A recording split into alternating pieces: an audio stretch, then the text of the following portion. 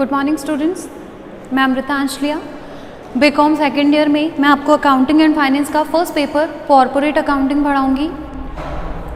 Corporate accounting Hindi में हम इसे कहते हैं निगम लेखांकन।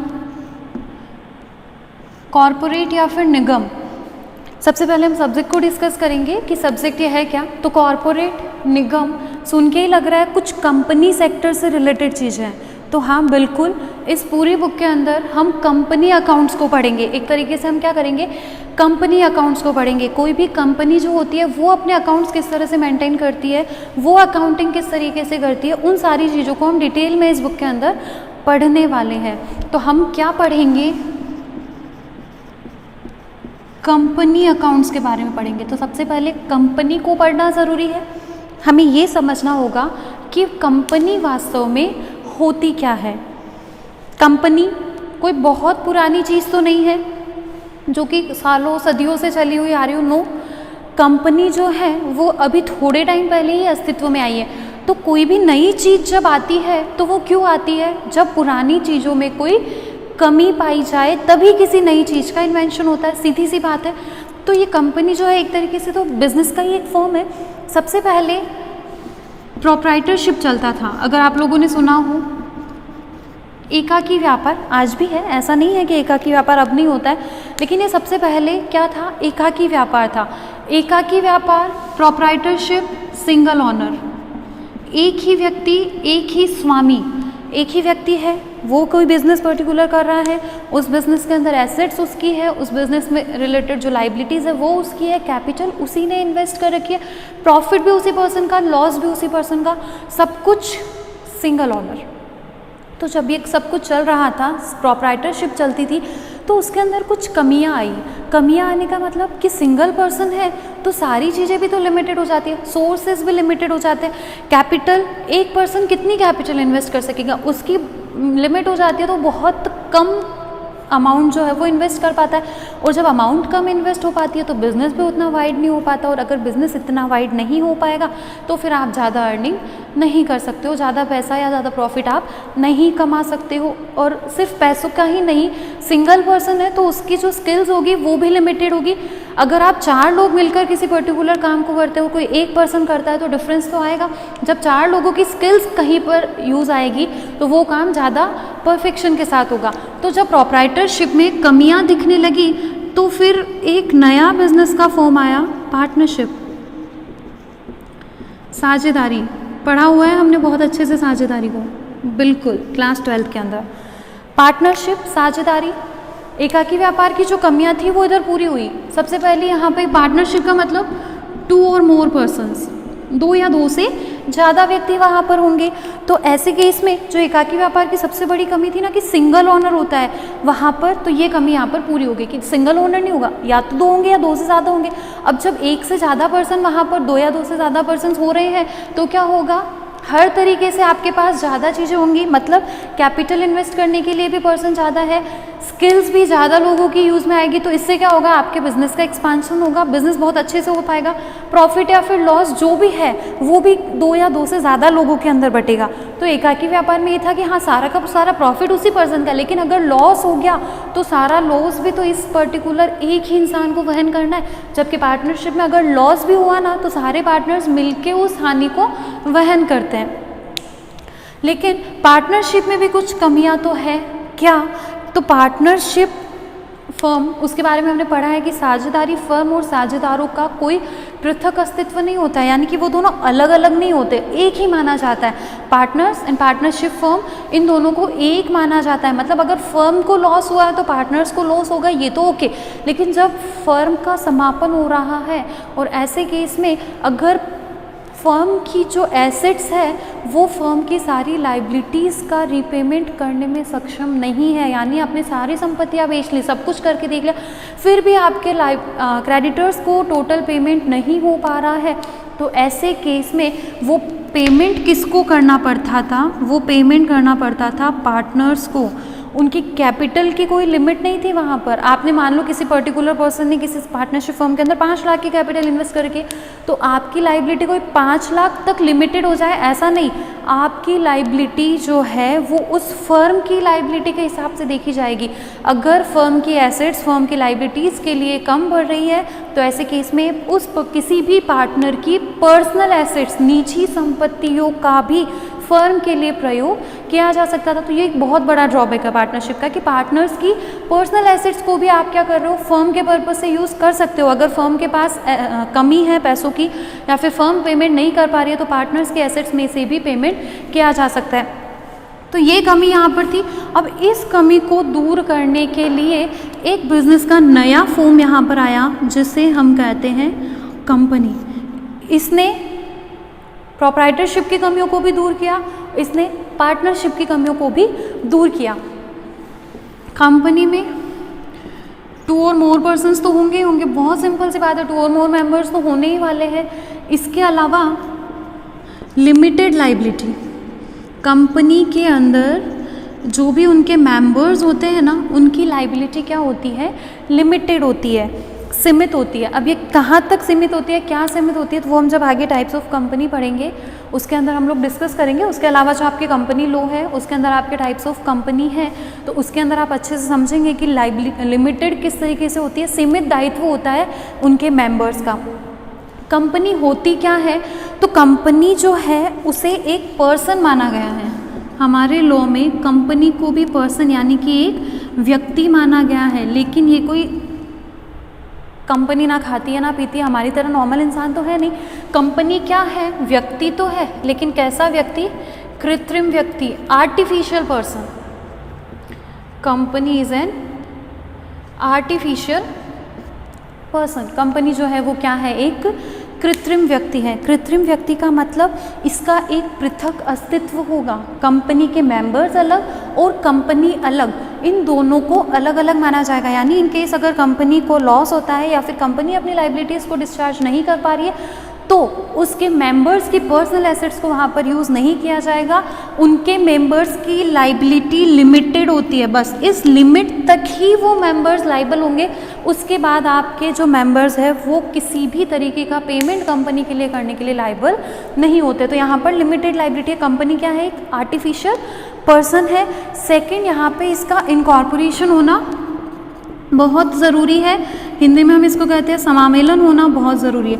हमने एक बना दिया, कहते हैं हमारी दुकान लगा दी और बोल दिया ये तो कंपनी है हमारी, इसमें हम 10 लोग हैं और सबकी लिमिटेड लाइबिलिटी, ऐसे नहीं चलेगा। कंपनी है तो उसका प्रॉपर इनकॉर्पोरेशन होना ज़रूरी है, उसका समामेलन होना ज़रूरी है। जो भी उसका रजिस्ट्रेशन का प्रोसीजर रहता है वो सारा प्रोसीजर होगा। कंपनी जब इनकॉर्पोरेशन उसका हो जाएगा तभी किसी बिजनेस को कंपनी का नाम दिया जा सकता है। किसी भी कंपनी के नाम के आगे लिमिटेड शब्द लगाया जाता है, लिमिटेड शब्द लगाया जाता है। इसका मतलब ये कि कंपनी है और इसके जो भी मेंबर्स हैं उनकी लाइबिलिटी क्या रह जाएगी, लिमिटेड रह जाएगी। तो company is an artificial person जिसका एक अलग अस्तित्व होता है, वैधानिक अस्तित्व होता है। कानूनी रूप से कंपनी अलग होती है।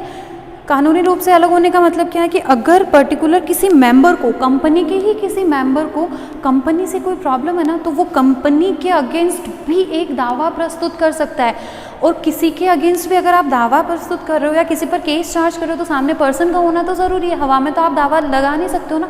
तो अगर कंपनी पर दावा पेश किया जा सकता है दैट मीन्स कंपनी क्या है, एक पर्सन है। तो मैंने यही कहा कि company is an artificial person.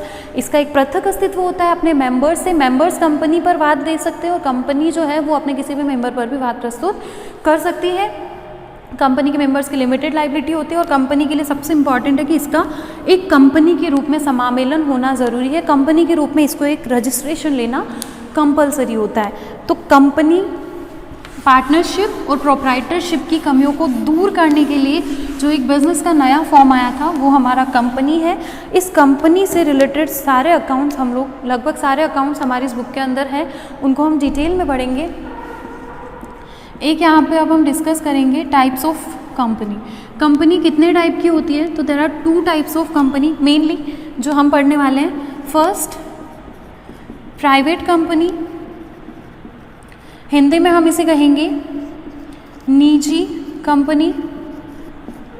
Second हमारा रहेगा पब्लिक कंपनी, हिंदी में हम इसको कहते हैं सार्वजनिक कंपनी। अब क्या होता है पब्लिक कंपनी और प्राइवेट कंपनी, तो इन दोनों के बीच डिफरेंसेस हम साथ साथ देखते जाएंगे, इससे हमारी डेफिनेशंस भी इनके लिए क्लियर हो जाएगी। सबसे पहली चीज़ आती है नंबर ऑफ मेंबर्स। एक कंपनी में कितने मेंबर्स हो सकते हैं, तो प्राइवेट कंपनी में बोला गया मिनिमम 2 मेंबर्स रिक्वायर्ड है, कम से कम 2 पर्सन 2 मेंबर तो होने ही चाहिए, और मैक्सिमम लिमिटेड जो है मैक्सिमम लिमिट आपकी 200 की रहेगी। यानी कि एक प्राइवेट कंपनी में एक ऐसी कंपनी जिसकी मिनिमम मेंबर्स की जो संख्या जो है उसको 2 पर रखा गया है, और जहाँ पर 200 से अधिक मेंबर्स नहीं हो सकेंगे। जबकि प्राइवेट कंपनी में क्या है, minimum 7 and maximum there is no limit. Private company में कितने भी मेंबर्स, पब्लिक कंपनी में कितने भी मेंबर्स हो सकते हैं, लेकिन मिनिमम कितने मेंबर्स होना ज़रूरी है, यहाँ पर 7 मेंबर्स। तो निजी कंपनी जहाँ पर कम से कम 2 मेंबर होने चाहिए और अधिकतम 200 मेंबर हो सकते हैं, जबकि पब्लिक कंपनी सार्वजनिक कंपनी जहाँ पर कम से कम 7 और अधिक की कोई सीमा नहीं है, ये आपकी पब्लिक कंपनी रहेगी।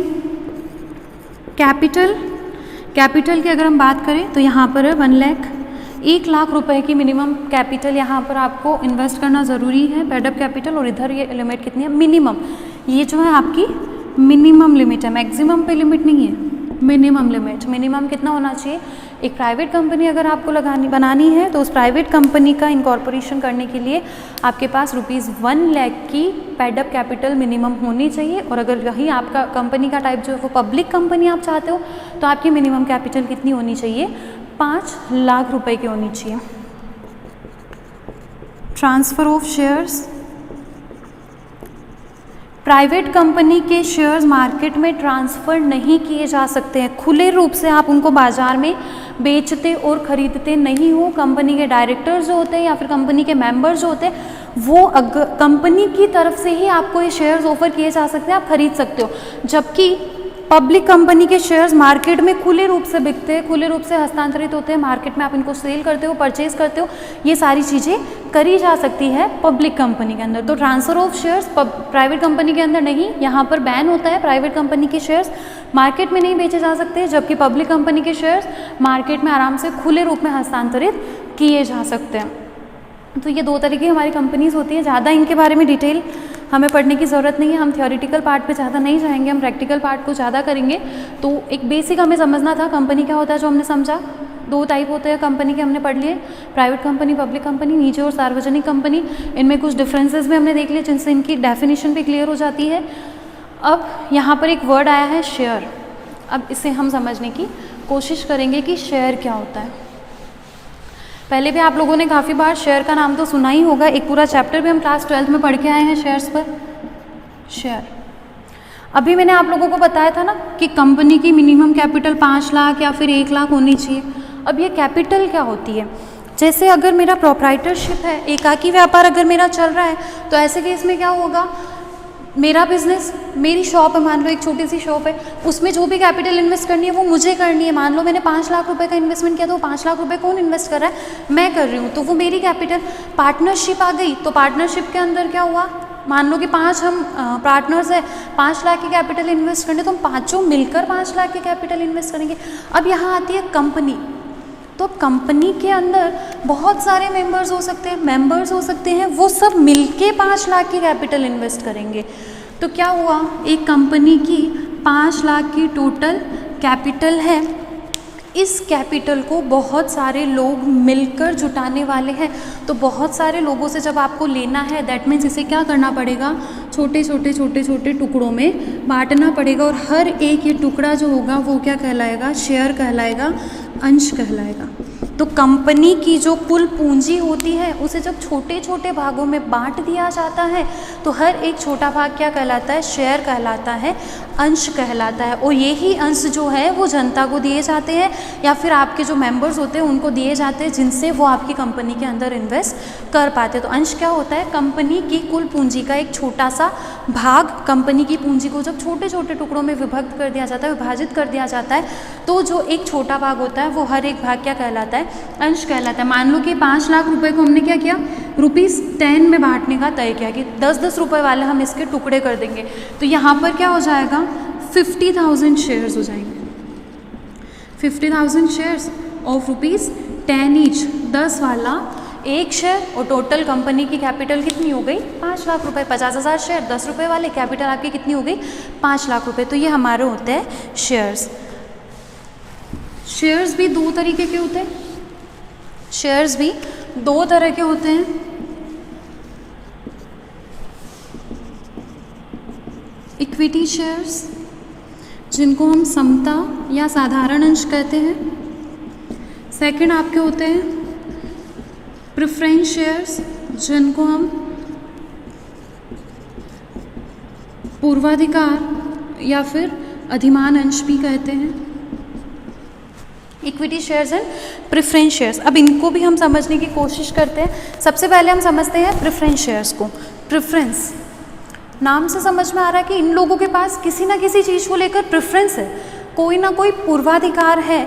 तो बिल्कुल सही, प्रेफरेंस शेयर्स जो है, जिस पर्सन ने शेयर को खरीद रखा होता है उसे शेयर होल्डर कहते हैं। तो जो प्रेफरेंस शेयर्स को खरीदेगा वो क्या कहला जाएगा? प्रेफरेंस शेयर होल्डर कहला जाएगा। तो प्रेफरेंस शेयर होल्डर्स के पास दो चीज़ों को लेकर प्रेफरेंस होते हैं। फर्स्ट होता है प्रेफरेंस इनका डिविडेंड से रिलेटेड, क्या होता है इसको हम अभी समझेंगे। और सेकंड होता है रीपेमेंट ऑफ कैपिटल से रिलेटेड। डिविडेंड सबसे पहले क्या होता है? अब मैंने आप लोगों को बताया था कि अगर हम किसी कंपनी के अंदर इन्वेस्ट करते हैं, उसके मेंबर बनना चाहते हैं, तो हमें उसको इन्वेस्ट करना पड़ेगा। और इन्वेस्ट कैसे कर सकते हैं? हम शेयर्स के थ्रू कर सकते हैं। तो जब हम कहीं पर इन्वेस्ट करते हैं तो क्यों करते हैं? ताकि हमें कोई रिटर्न मिले। ऐसे ही तो हम इन्वेस्टमेंट नहीं करेंगे ना कि हमारे पास 5 लाख रुपये पड़े, लीजिए आप अपनी कंपनी खोल रहे हैं, ले जाइए। नो, हम अगर इन्वेस्टमेंट कर रहे हैं तो वो हमेशा एक रिटर्न की उम्मीद के साथ किया जाता है कि हमें कुछ ना कुछ रिटर्न, कुछ ना कुछ प्रतिफल वहाँ से मिलेगा। हम किसी पर्सन को ऐसे ही लोन के रूप में भी देते तो उससे हमें रिटर्न के रूप में इंटरेस्ट मिलता है। वैसे ही अगर हम किसी कंपनी के शेयर्स परचेज कर रहे हैं, उस कंपनी के अंदर एज अ शेयर होल्डर हम इन्वेस्ट कर रहे हैं, तो हमें वहाँ से रिटर्न मिलेगा और वो रिटर्न डिविडेंड के नाम से मिलेगा। इसको हम हिंदी में कहते हैं लाभांश। लाभ का, कंपनी के लाभ का एक अंश हमें मिलेगा और वो किस नाम से मिलेगा? डिविडेंड के नाम से मिलेगा। तो डिविडेंड का पेमेंट कंपनी करती है। कंपनी जब डिविडेंड का पेमेंट करेगी, कब करेगी? जब आपका ईयर एंड होगा, कंपनी प्रॉफिट लॉस निकालेगी, हाँ इस साल हमें इतना प्रॉफिट हुआ है, क्योंकि शेयर होल्डर्स कंपनी के मेंबर्स हैं। जब हम अपना बिजनेस भी देखें तो अगर हम साल के एंड में प्रॉफिट लॉस देखने चाहते हैं तो हम क्या करते हैं? पहले अपने आउटसाइडर्स लाइबिलिटीज़ को सारी देखी जाती है कि बाहर वालों को कितना पेमेंट करना है, उसको कर दिया, इसको कर दिया, इतना देना बाकी, ये सारा करके फिर लास्ट में हम देखते हैं कि अब हमारे लिए कितना बचा। तो सारे आउटसाइडर्स को पेमेंट हो जाने के बाद, सारे खर्चे निकलने के बाद जो प्रॉफिट बचता है, उस प्रॉफिट में से कंपनी अपने शेयर्स पर डिविडेंड पे करती है। तो जब डिविडेंड का पेमेंट होगा तो पहला पेमेंट प्रेफरेंस शेयर होल्डर्स को किया जाएगा। पहले डिविडेंड का पेमेंट प्रेफरेंस शेयर्स पर किया जाएगा, उसके बाद इक्विटी शेयर्स पर। तो ये क्या हो गया? प्रेफरेंस हो गया इनके पास किससे रिलेटेड? पेमेंट ऑफ डिविडेंड से related. Second, repayment of capital. Repayment of capital करने की ज़रूरत कब आएगी? जब कंपनी का समापन होगा, जब कंपनी वाइंड अप होगी। तो ऐसे केस में सारे आउटसाइडर्स को पेमेंट किया जाएगा। उसके बाद जो पैसा बचता है वो ओनर्स का होता है, कंपनी के मेंबर्स का होता है। तो शेयर होल्डर्स को पेमेंट करने की बात यहाँ पर आ जाती है। तो अब शेयर होल्डर्स में इक्विटी से पहले किसका पेमेंट होगा? प्रेफरेंस शेयर होल्डर्स का। तो रीपेमेंट ऑफ कैपिटल और डिविडेंड, इन दोनों के रिलेशन में इन शेयर होल्डर्स को इक्विटी शेयर होल्डर्स के कंपैरिजन में प्रेफरेंस मिला हुआ है। और किसी से इनको प्रेफरेंस नहीं मिला हुआ। डिबेंचर होल्डर्स या फिर आपके जो दूसरे लोन रहेंगे उनका पेमेंट तो पहले होगा क्योंकि वो आउटसाइडर्स है। कंपनी के शेयर होल्डर्स में से इक्विटी शेयर होल्डर्स के कंपैरिजन में प्रेफरेंस शेयर होल्डर्स को इन दो चीज़ों से रिलेटेड प्रेफरेंस मिला हुआ होता है। डिविडेंड का पेमेंट इक्विटी से पहले प्रेफरेंस पर होगा, रीपेमेंट ऑफ कैपिटल भी इक्विटी कैपिटल से पहले प्रेफरेंस कैपिटल का होगा। तो पूर्वाधिकार अंश ऐसे अंश जिनके धारकों को लाभांश एवं पूंजी के पुनर्भुगतान से संबंधित पूर्वाधिकार प्राप्त होते हैं, अधिमान प्राप्त होते हैं। यहाँ पे एक और चीज़ ध्यान रखने की होती है, फिक्स्ड रेट ऑफ डिविडेंड। जैसे हम बैंक में अगर एफडी करवाने चाहते हैं तो हमें पता होता है ना कि हमें 6% इंटरेस्ट मिलने वाला है, 7% इंटरेस्ट मिलने वाला है, या फिर जो भी, तो वहाँ क्या है? फिक्स रेट है। तो प्रेफरेंस शेयर्स पर भी एक फिक्स्ड रेट होती है डिविडेंड की। आपने कंपनी के 100 रुपये वाले प्रेफरेंस शेयर खरीदे, उसके आगे लिखा जाता है 10% preference share, 15% preference share, 20% preference share. Means ये कंपनी हर साल आपको आपकी कैपिटल पर 10% का डिविडेंड देगी, 20% का डिविडेंड देगी, जो भी परसेंटेज। मान लो किसी कंपनी का एक प्रेफरेंस शेयर 100 रुपये का, मैंने उस कंपनी के 5 प्रेफरेंस शेयर खरीदे, दैट मीन्स मैंने कितना इन्वेस्ट किया हुआ है, ₹500 का। वो अगर 10% प्रेफरेंस शेयर है, मीन्स मुझे ₹500 पर 10% पर एनम के हिसाब से हर साल कितना डिविडेंड मिलेगा, ₹50 का डिविडेंड मिलेगा।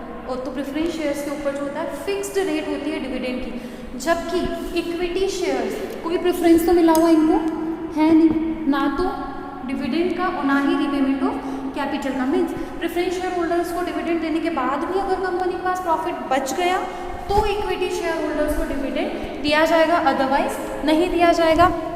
रीपेमेंट ऑफ कैपिटल जब फाइनल कंपनी का वाइंड अप होगा तब प्रेफरेंस शेयर होल्डर्स की कैपिटल का रीपेमेंट हो जाएगा, उसके बाद कंपनी भी प्रॉफिट की कंडीशन में है, उसके बाद भी सरप्लस है, तो फिर इक्विटी शेयर होल्डर्स को पेमेंट किया जाएगा। प्रेफरेंस नहीं होता है, there is no fixed rate of dividend, कोई फिक्स्ड रेट यहाँ पर डिविडेंड की, फिक्स्ड रेट ऑफ डिविडेंड यहाँ पर नहीं है।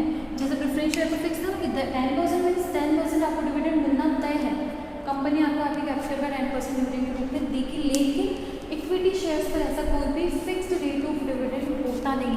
तो फिर कोई भी इक्विटी शेयर्स परचेज करना पसंद क्यों करेंगे?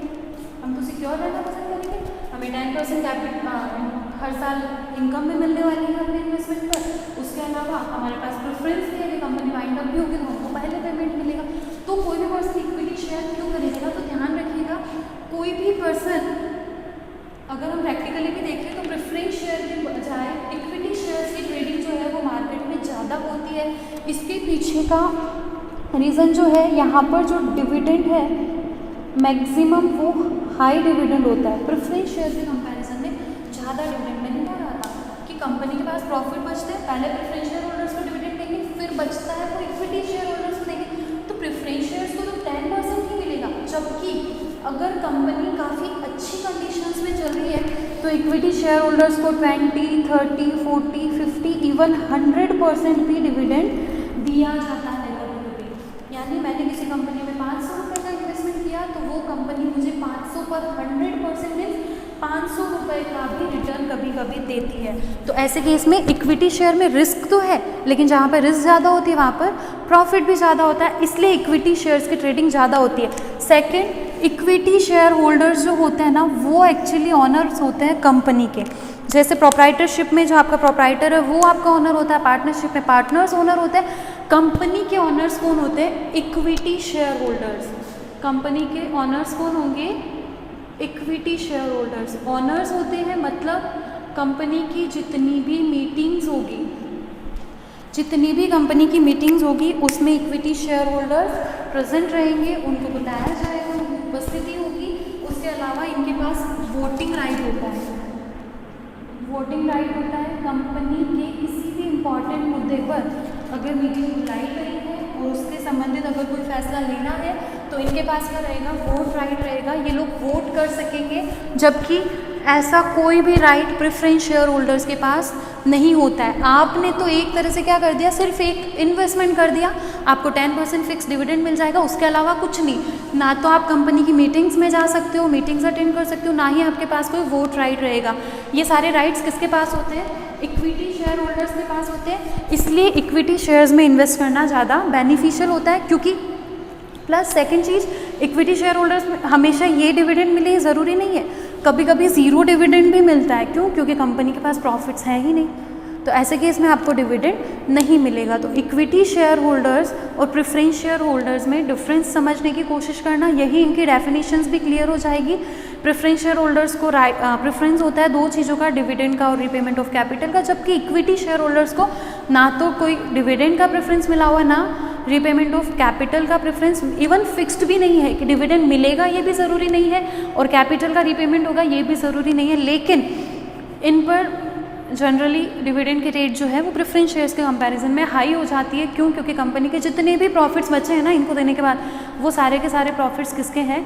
इक्विटी शेयर होल्डर्स के। इक्विटी शेयर होल्डर्स ही कंपनी के एक्चुअल ओनर होते हैं, ये कंपनी की मीटिंग्स को भी अटेंड करते हैं और ये कंपनी में वोटिंग राइट भी रखते हैं। कंपनी में वोट देने का अधिकार भी हमारे इक्विटी शेयर होल्डर्स के पास होता है। तो अभी हमने शेयर को समझा कि शेयर क्या होता है। शेयर कंपनी की कैपिटल का एक छोटा सा भाग होता है।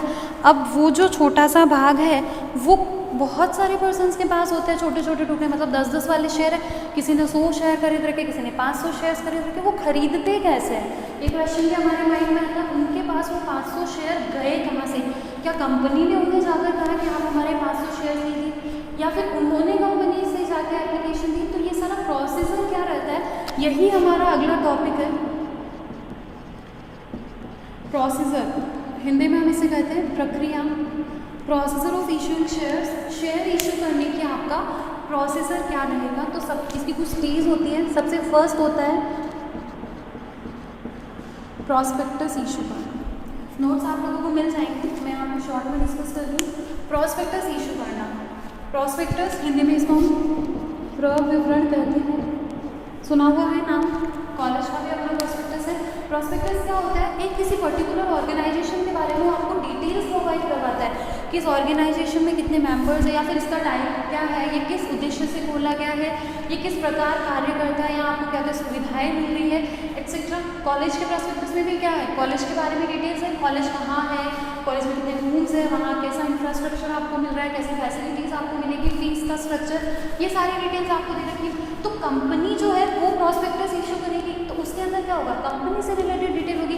कंपनी का नाम क्या है, कंपनी का रजिस्टर्ड ऑफिस कहाँ है, कंपनी की ऑथराइज कैपिटल मतलब कंपनी की टोटल कैपिटल कितनी है, कंपनी किस उद्देश्य से स्थापित की गई है, कंपनी का व्यवसाय किस प्रकार का है, इस सारी चीज़, कंपनी में कितने डायरेक्टर्स हैं, ये सारी चीज़ों की इन्फॉर्मेशन कहाँ पर होगी, प्रॉस्पेक्टस के अंदर। और प्रॉस्पेक्टस के अंदर एक इम्पॉर्टेंट जो, क्योंकि आप यहाँ पे क्या कर रहे हो, इशू कर रहे हो ना शेयर्स को, तो शेयर से रिलेटेड इन्फॉर्मेशन यहाँ पर डाली जाएगी कि कंपनी कितने शेयर्स इशू करना चाहती है, कितने शेयर्स इशू कर रही है, किस रेट पर कर रही है, कौन से शेयर इशू कर रही है। मतलब कंपनी के पास 10 वाला शेयर भी हो सकता है, 50 वाला भी हो सकता है, 100 वाला शेयर भी हो सकता है। कौन से शेयर्स और कितने शेयर्स कंपनी इशू कर रही है।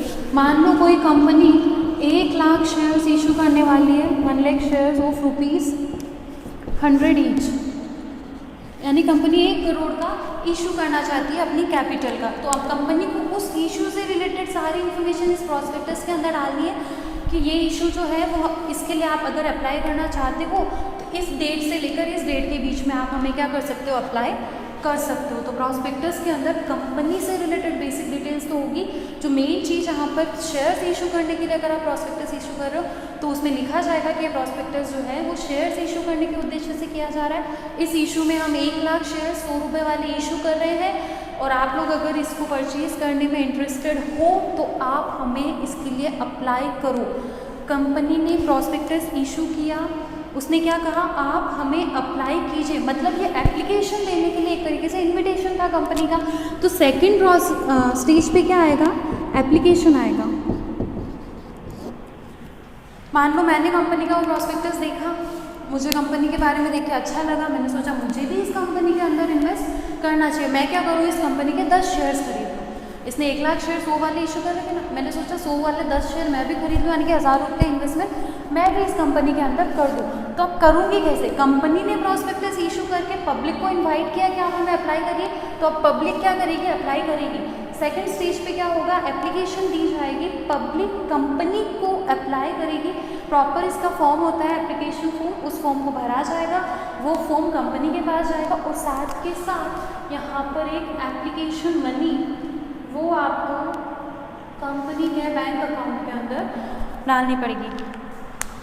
हमने सिर्फ कंपनी को एक फॉर्म भर के दे दिया कि हमें 10 शेयर चाहिए, 1000 रुपये हो गए, ठीक है आप हमें 10 शेयर दे दो, तो क्या फ्री ऑफ कॉस्ट कंपनी आपको शेयर देगी क्या, नो।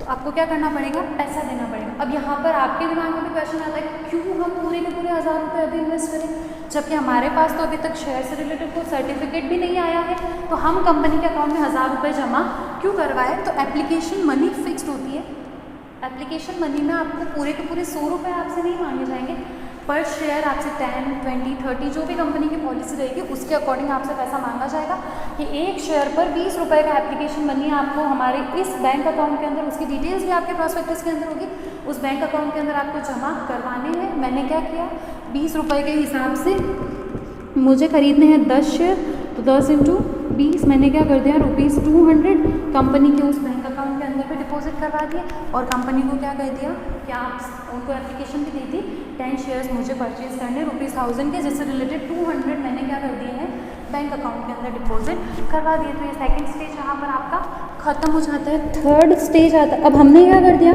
कंपनी को कह दिया ना कि हमें शेयर्स चाहिए, एप्लीकेशन दे दी, एप्लीकेशन की भी टाइम लिमिट होती है, मैंने कहा था ना इशू जब करेगी तो उससे बाद में लिखा जाएगा कि इस डेट से इस डेट तक आप अप्लाई कर सकते हो। तो जब आपकी लास्ट डेट चली जाएगी उसके बाद अब आगे का काम कौन करेगी, कंपनी करेगी। अलॉटमेंट का मतलब होता है आवंटन करना। कंपनी के पास सारी एप्लीकेशंस पहुंच गई, कंपनी ने 1 लाख शेयर्स इशू करने थे, मैंने 10 खरीदे, किसी और ने 10 खरीदे होंगे, 20 खरीदे होंगे, 100 500 ऐसे करते हुए कंपनी के पास काफ़ी एप्लीकेशंस आएगी और कंपनी के जो शेयर्स है वो क्या होने हैं, उन अप्लाई हो जाएंगे। अब कंपनी आवंटन करेगी, अलॉट करेगी अपने शेयर होल्डर्स को, अपने उन पर्सनस को वो शेयर्स दे के उनको अपना शेयर होल्डर बनाया जाएगा।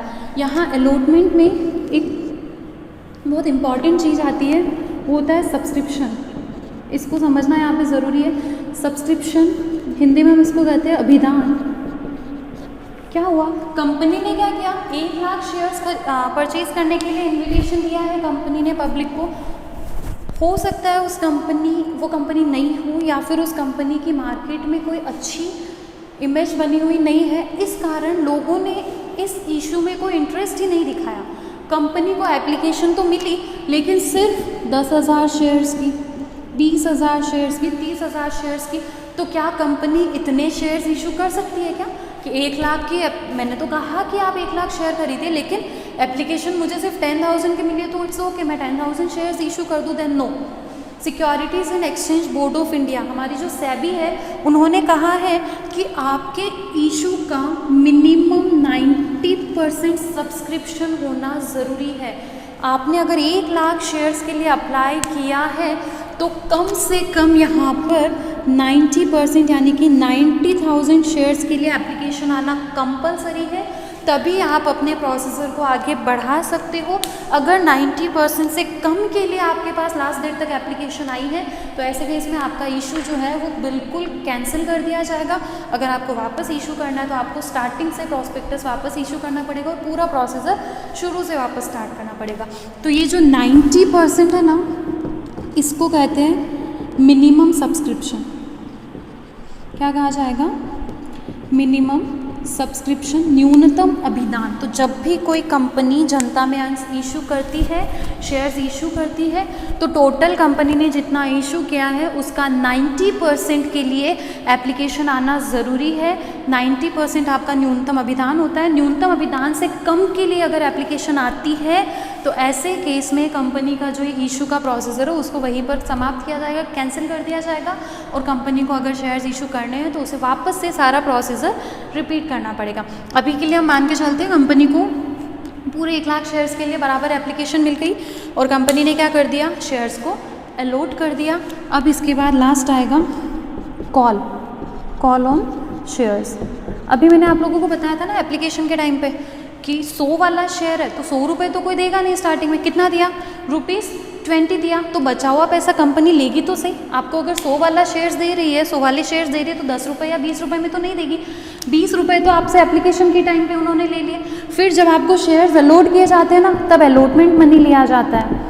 आपको शेयर सर्टिफिकेट भेजा जाएगा या फिर जो भी आपको अलॉटमेंट लेटर भेजा जाएगा, उसके साथ कहा जाएगा कि पर शेयर 30, 40 जितना भी कंपनी अलॉटमेंट मनी लेना चाहती है उतना पैसा आप क्या करिए, कंपनी के बैंक अकाउंट के अंदर जमा करवाइए। वो पैसा आपको फिर अलॉटमेंट के साथ जमा करवाना होता है, इसलिए इसको क्या कहा जाता है, अलॉटमेंट मनी कहा जाता है। मान लो इस कंपनी ने कितना मंगवाया, 40 रुपीज़ अलॉटमेंट पे मंगवा दिया, तो मैंने भी 10 शेयर पर 40 यानी कि 400 का पेमेंट कंपनी को कर दिया। मेरी लाइबिलिटी कितनी है कंपनी के लिए, ध्यान देना। 100 वाले 10 शेयर खरीदे ना, मेरी कंपनी के लिए मैक्सिमम लाइबिलिटी 1000 रुपये की, कि मैं 1000 रुपये से ज़्यादा कंपनी को किसी भी कंडीशन में देने वाली नहीं हूँ। अभी तक मैंने 200 एप्लीकेशन पे दिया था, 400 अलॉटमेंट पे दिया था, 600 हो गए ना। अभी भी ₹40 पर शेयर, क्योंकि 20 और 40 60 तो आप दे चुके हो, लेकिन 100 में से 40 रुपये अभी भी बाकी है, तो वो 40 आगे की कॉल पर मंगवाए जाएंगे। इन कॉल्स को क्या कहते हैं, तो ये होती है आपकी first call, second call, third call, इस तरीके से सोन चलती रहेगी। जितना कंपनी कभी 5 रुपया मंगवाए, कभी 10 रुपया मंगवाए, कभी 2 रुपये मंगवाए, जैसे कंपनी को नीड होगी वैसे कंपनी आपसे पैसा मंगवाएगी और वैसे वैसे आपको उस कॉल का पेमेंट करना है जो आपकी फाइनली मंगवाई जाएगी ना। मान लो फर्स्ट कॉल में कंपनी ने 10 रुपये और मंगवा लिए, सेकंड कॉल में 20 रुपये और मंगवा लिए, कितने हो गए 20 और 40 60, 60 और 10 70, 70 और 20 90। अब जो ये 10 रुपये मंगवाए जाएंगे ना, ये आपकी कहलाएगी, अब जो 10 रुपये होंगे ना वो आपकी थर्ड एंड फाइनल कॉल। तो जो भी आपकी लास्ट कॉल होगी उसके साथ फाइनल शब्द को जोड़ा जाएगा। ये मैं इसलिए बता रही हूँ क्योंकि जब हम जर्नल एंट्रीज करेंगे ना तो उसमें ये चीज़ें काम आएगी। जो भी आपकी लास्ट कॉल होगी ना उसके साथ फाइनल वर्ड आपको एंट्री के अंदर लिखना पड़ेगा। तो ये हमारा प्रोसीजर रहता है शेयर इशू करने का। फर्स्ट प्रोस्पेक्टस इशू करो जिसमें आप इशू से रिलेटेड सारी डिटेल्स को डालेंगे।